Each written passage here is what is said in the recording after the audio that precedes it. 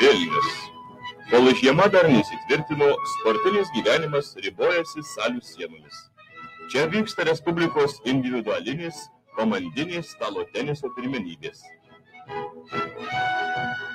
Vyrų vieneto finale susitinka Tarybų Sąjungos stalo teniso čempionas Vilius Variakojis ir kaunietis Vladas Dzindziliauskas.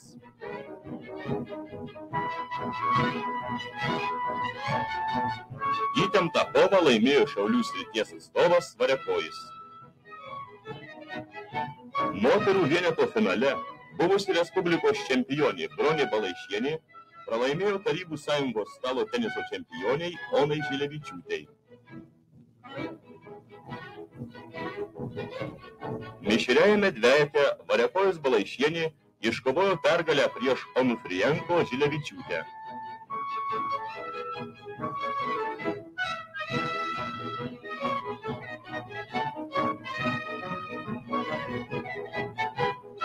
Tarp komandų pirmoji vieta atiteko Kauno rinktinei.